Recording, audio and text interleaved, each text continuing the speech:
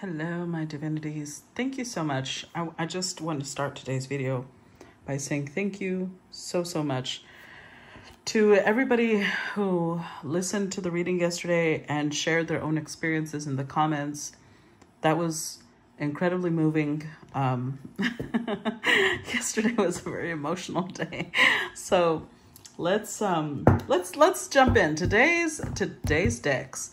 I was drawn to the Erotic decks, so it's going to be spicy. And then I was drawn to the Rose Tarot for the Oracle. So let's start. Rose Oracle. So let's get started. What's the theme or the message for today? Why was it so? Oh, we've got several. Okay. The Fertile Void, inner winter, rest, patience, potency, secret beginnings. Okay. The Crowning, initiation, thresholds, birth, rebirth, a seat at the table. Held, sureness of the soil, unseen help, support community, and we are nature, becoming grounded, embodiment, living in connection. God damn. Okay. Let's see. Let's start with the Fertile Void. Now, this deck does not have the numbers on the cards, so I have to search them by name. Give me a second, okay? The Fertile Void. Here we go. Okay. So this card, this is a very auspicious card. It holds the potent golden seeds of a new beginning and the aftermath of an end. We're called to have patience and enter a state of deep rest, repair, regeneration, and acceptance. To let a part of our lives, or even who we once were, metaphorically die in order to seed, sprout, bud, and bloom again. There's often a letting go, a grief or mourning involved, a death of self or what once was, the endings of things that were once important, relationships, jobs, identities, ways of being. The Fertile Void asks that we honor endings to begin again. It's a crucial part of growth, and new isn't possible without it. This is perfect after the full moon, after the eclipse, actually. Okay, continuing. In the card, you can see the golden seed cradled in the dark, fertile womb of the soil. It's easy to mistake this phase of growth as one where nothing much is happening. But beneath the surface of the winter soil, things have never been more active. Winter is a phase of initiation, renewal, and rebirth. When we're going through a period of inner winter, we experience this too. We metaphorically go underground by coming to a standstill and allowing ourselves to recover and rest. We don't realize it, but this is the most important part of our growth, and it takes faith and surrender to do it. Trust the sureness of the soil. The new is being woven without you having to micromanage every move. Trust the sureness of the soil. Be cradled by the great mystery. This is a very tender, powerful time. You know what? I'm just going to tell you right now, I feel like it spoke about winter, and then it was talking about after winter. Whatever this reading is going to be about, I just have a feeling that this is going to come into fruition in the spring. Because not only do we have roses, I don't know. It's a feeling. Okay, moving forward. The Crowning. The Crowning. Where's it at? Here we go. Oh, okay. So this one says, there comes a time when the flower knows that it can no longer remain in the protective constraints of the bud. Somehow it needs to trust in the birthing energy and surrender to the unknown of the bloom. The same birthing energy exists within all of nature and in birth, both physical and metaphorical. It's an initiation for the mother as well as the child, who transitions from the water world of the womb to a whole new one on earth. This is a card of crossing thresholds and walking through the gates of initiation, which requires great courage and faith. There are rolling contractions, and it's almost always not straightforward. As we transition from one thing to another, we're called to burst through the constraints of the seed and then the certainty of the bud so that something new can bloom from within. We're always birthing something, and deep inside, we know that the only way to surrender to the initiation is to surrender to the innate power within. This power is inner, but it's also connected with the intelligence that exists within all life. It's the same energy that tells flowers when to bloom, and it was present when you grew in your mother's womb. Trust in that. It will carry you through. Surrender to what's waiting to be born through you. Life is always trying to initiate us into even more of who we truly are. So this was talking about the seed, and this is talking about bursting out of the seed and out of the bud. Okay, let's see. Held.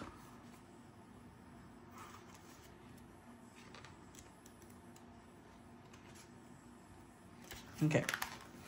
So this one says, when times are turbulent, to keep ourselves, hold on, can't hold the book. To keep ourselves steady, we need something to hold on to. When things are crumbling around us, we must find something we can count on that won't budge. Deep roots to hold us steady when the winds of change come blowing. A supportive community around us. When we leave home, we must find something to hold us. When our lover leaves, we must find something to hold us. When the job ends, we must find something to hold us. When our parents die, we must find something to hold us. When we think there's nothing holding us, it's an invitation to find new supportive ground. This is where we can discover the sureness of the soil, the holding of the roots, and reach out to our community for extra holding. We were never meant to grow on this earth alone. Sometimes life rips from us what we cling to the most, or perhaps we cling to it for we can feel the cycles of change coming. Yet, in the darkness of our longest, darkest night, we discover that it's in the empty spaces that we can be reached and held the most. It's in these that we discover a holding that we didn't know before. And we discover that what we thought was a tomb is actually a womb. You're being called to trust that the Great Mother has got you, to trust in the sureness of her soil, to trust the process of what's unfolding, and that you're not going through this alone. Okay. Both of these talked about being in the soil and trusting the soil. Okay, let's go to We Are Nature.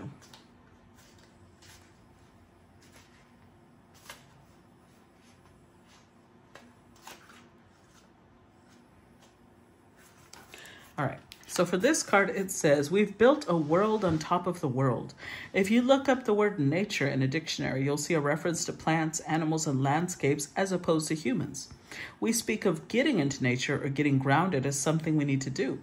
We've forgotten that we don't exist in nature. We are nature. Indigenous earth-based traditions have always seen the planet and all beings as interconnected and sacred, humans as one with the earth itself. The earth and Mother Rose are calling us back to the earth, to weave the sacred back in, to weave nature back into the center of our everyday lives, to see ourselves as nature, and to spend more time interacting with the living natural world, returning to nature. How's your connection with nature? What's your relationship with your own body? How can you live in a more grounded way? This card is an invitation to develop a deeper connection with the earth, to actively spend time with the physical natural world around you, to tend to it, and to take your place as a custodian of it, to see the sacred in all of life, to notice the changing seasons around you and within you, and to remember that you too are part of the earth's ever-changing landscape. To remember that you are nature and that you'll always find your true nature in nature. To embrace your body as your home and the planet as your mother.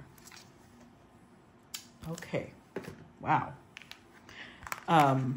Let me put these aside because I have a lot of things that I want to say, but I feel like it's going to be connected to what the reading is about. So I want to just go ahead and start shuffling and laying out the cards while I talk. So the card about held, talking about, you know, when things end, we need something to be holding us. That is very much about being grounded. That's very much about when things that are connected to our root chakra, which is our job, because it gives us security. It's our day-to-day lives that we do, which is why it's our lover, our house, our home, all of those things that give us security. When our root chakra takes a hit and we lose one of those things, it's easy to feel very a little lost. It's easy to feel like, oh, I don't know which way is up, which way is down. I'm not sure what's going on. That's very easy. That's very understandable for it to happen. So the last card, the one of We Are Nature, as long as you work on your chakras, you remind yourself that you're not alone. Literally, planet Earth is your home. Mother Earth is your mother, you're never feeling lost. You're never going to be in this place of like, oh, I don't know which way is up and which way is down, because you are at home. Wherever you are is home. You won't be thrown off as easily. Okay. The world, the star, the moon, death.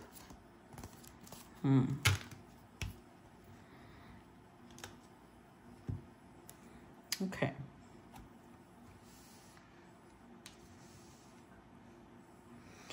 But it is very much, there's definitely a transformation happening for the collective. You know, the seed, the bursting through the seed, staying grounded through the loss, and connecting to ourselves, to our body. There's so much going on here. The world is finality, right? That paired with the oracle cards that came out let us know that there's definitely some massive change happening right now.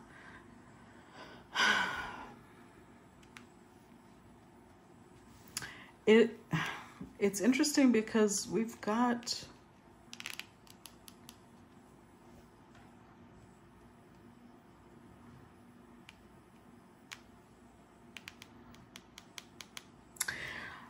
the storyline I'm seeing here is that although we have an emperor, it could be that the reason I was drawn to the erotic cards is because although we do have an emperor showing up, there's an emperor who's very sexually driven. They have a lot of good qualities. I just, even here, the Eight of Swords, the devil makes an appearance. You know, it's like whoever this person is, they may have feelings for you, but they're operating out of a place of abandonment issues. They're operating out of a place of not feeling good enough. They may be manifesting you. And it could be that this is the death that is happening right now. You releasing this person, you freeing yourself from them. Because even though we have the Two of Cups, we also have the Eight of Cups, which is walking away from it. And with the Ten of Pentacles, this could be somebody that you at some point thought you were going to spend your whole life with them. Now, for some of you, this is love, right? But this doesn't have to be love. Because with the Ten of Pentacles, it could just mean that someone is an emperor, but they're a very 3D emperor. They are not a 5D emperor. So whether this is a father, a brother, a lover, a friend, it doesn't matter what they are to you. This is somebody that was a part of your stability. Being with this, around this person made you feel stable.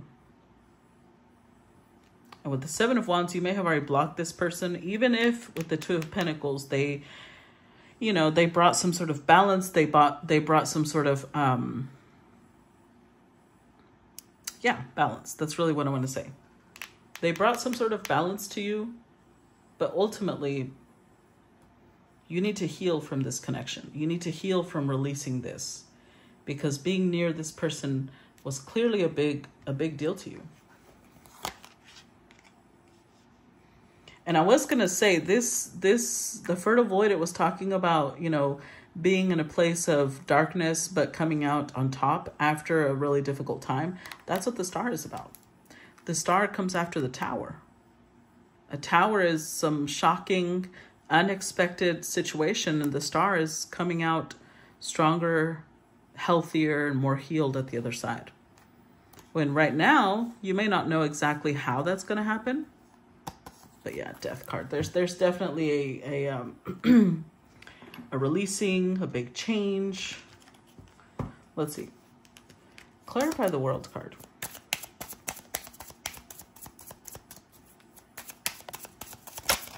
See, this is just confirmation, because yesterday I said, whatever opportunity is coming back from the past, it's not romantic. I know it's not. And I did see a few people trying to make it romantic. This is confirmation. The past, you're cutting it off. You're letting it go romantically. Whatever this is, it feels, not only because we got the sexual tarot here, but it feels very romantic. So for the majority, I would say 80% of you, this is a romantic situation. For the other 20%, it's a family member or it's a friend that you're cutting off. The opportunity that's coming back around is business. It's not somebody that you had a romantic connection with. Oh, wow. Okay. Queen of Swords, Two of Pentacles, and the Hierophant. Overall energy, Seven of Swords. Whoever this Emperor is, it's almost like they might have even blamed you, because at the Hierophant here, they might be married. But in all of these cards, like in this Seven of Swords, she's lifting her dress to show her ass, right? Her butt cheeks. Here, she's lifting her skirt to show her tease. It's like a tease. Here, he's sitting completely still and she's over here touching him in the groin. And then here, she's literally just spreading herself in front of someone that is a holy person. So this person may have convinced themselves that you were teasing them, that you were trying to seduce them.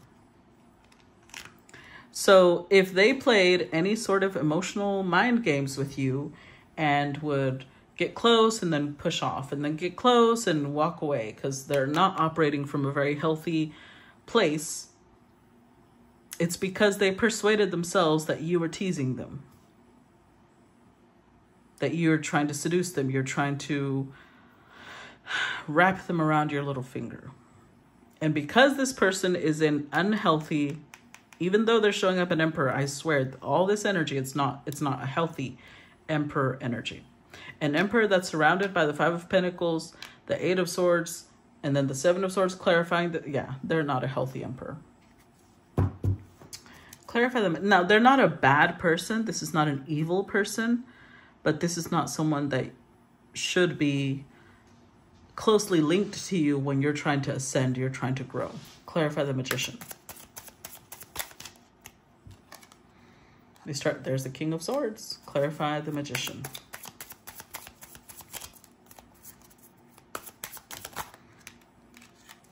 Six of Pentacles and the Star again. With Temperance. Do you see this? Do you see how there's like a giant woman and this man is like on her titty?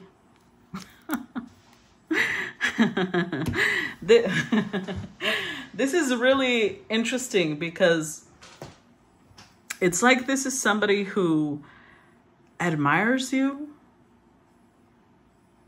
but at the same time, they resent two different things. They resent how much they desire you, and they also resent how much they look up to you. So this is very much an ego-driven Emperor because they want to be the ones in control. They want to be the ones in power. And since they feel like you are more desired, as in they desire you more than you desire them, it's pissing them off. Not only that, but they want to be the one you admire. And because they don't really see themselves as much, it's hard for other people to look up to you when you don't even look up to yourself. How can people respect you when you don't respect yourself? Now, they believe that they're a match to you. But it's interesting how both of these energies are the King and Queen of Swords, and look at how different they are.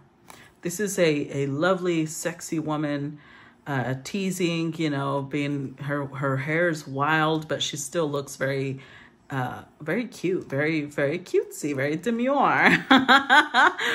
But he is completely naked with just a loincloth, with a spear. His hair is it's like a very tribal, primal look. So even though they're both driven by the mind, the masculine is showing up in a lot more, almost, how to put this? In a very primal, it's primal. The word that keeps coming up is primal. Like even though they're driven by logic, they're driven by instinctual logic, not really intellectual logic. Which I don't think I've ever seen that in these cards before. And so that's another reason. This is the Two of Pentacles again, right? That's why they also see the feminine as a tease, because the feminine, I believe, can flirt. The feminine can banter. The feminine can be playful. And so they keep seeing her like she's walking around in lingerie. She's not completely naked. She's not having sex with them, but she's just teasing them. And then this is a Taurus moon energy, 6 of Pentacles. It's like they feel like she gives a lot to them. She's a big part of their stability as well. With the Star card again, they not only see her as larger than life, but with Temperance, she mellows them out. So maybe for the most part, this is someone that other people see like, I hate that I'm using this word, but I have to use it because this is the energy I'm getting. And I'm not talking, okay. Other people may see this masculine as a savage. And I'm not saying savage as in Native American savage. I'm saying savage as in the way that they speak and the way that they treat others has no finesse, no politeness, no, almost no consideration. But with the feminine, with this feminine, they shift. In fact, with the Magician, I'm not a fan of this. But this may be even somebody who's doing sex magic of some sort, because this is the Magician. Here he is trying to be sexy. We've got the symbol of the masculine, symbol of the feminine, candles being lit. And we're talking about, well, we're using the deck that's called the Tarot of Sexual Magic. This is somebody who knows that they cannot pull the feminine towards them just off of their charms. Let me put it that way. She's a lot more of a magnet than they are. And that's another thing that they resent. They don't like being magnetized. They like being the magnet. It's like, I feel like this is somebody who's hyper masculine. They compete with women. They compete with everybody, but they're competing with this specific feminine as well. Clarify the 5 of Pentacles.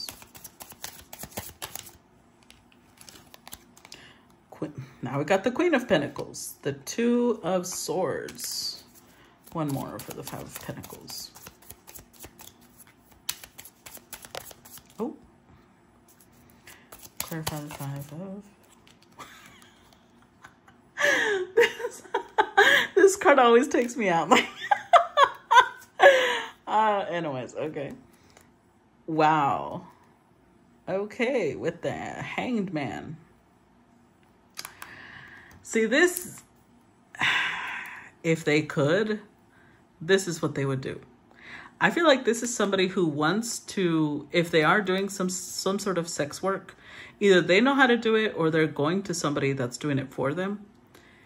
They want to have this feminine under their control.